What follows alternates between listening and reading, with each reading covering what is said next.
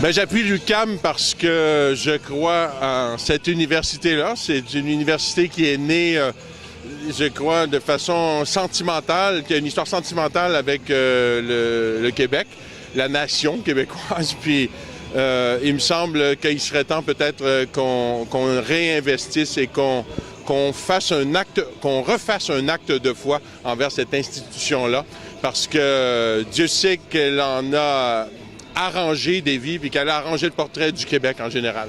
Et moi, ce que je souhaiterais, c'est que le gouvernement comprenne à quel point c'est essentiel d'investir dans une institution comme une université comme l'UQAM. Je crois que c'est malheureux qu'on ne réalise pas l'importance pour l'avenir de faire de la recherche, de donner des professeurs, enfin, la profession même de professeur, le titre de professeur. Tu sais, il y a beaucoup de chargés de cours à l'UQAM, mais je disais que c'est parce que, dans le fond, on n'ose pas engager des professeurs, parce que ça coûte plus cher, des professeurs. Je trouve que la job de professeur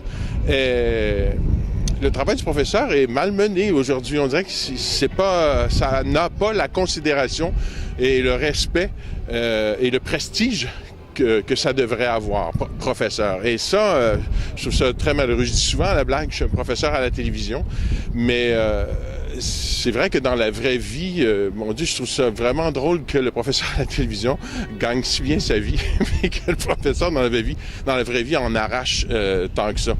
Et je trouve que c'est un paradoxe dans notre société.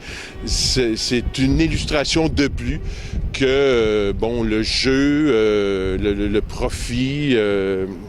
Enfin, tous les autres sujets sont plus importants, on dirait, que celui d'éducateur, que celui d'enseigner, que celui de faire apprendre, d'enseigner à apprendre, montrer à montrer.